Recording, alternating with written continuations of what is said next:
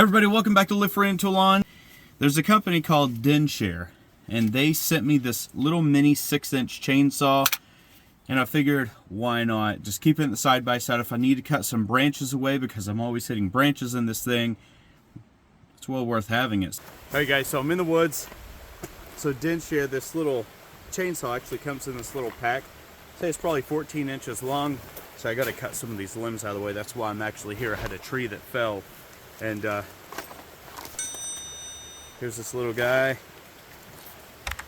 Comes with this is 20 volts.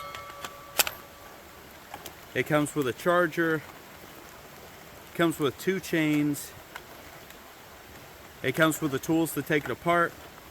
And it comes with a little oiler there. I'm gonna throw that down. This thing actually feels really fun.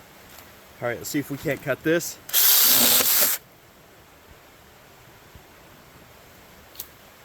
Whoa.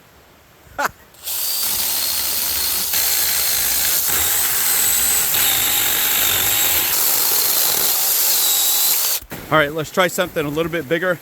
This is a tree limb that's fallen. See if I can't cut this.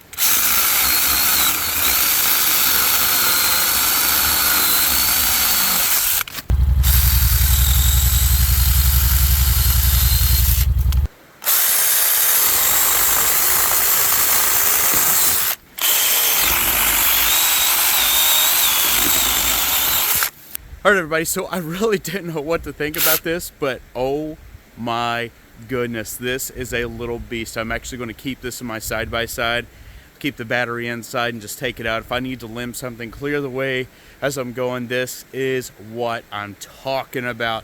This thing is freaking phenomenal. Typically, I'd use like a little reciprocating saw with a blade. No.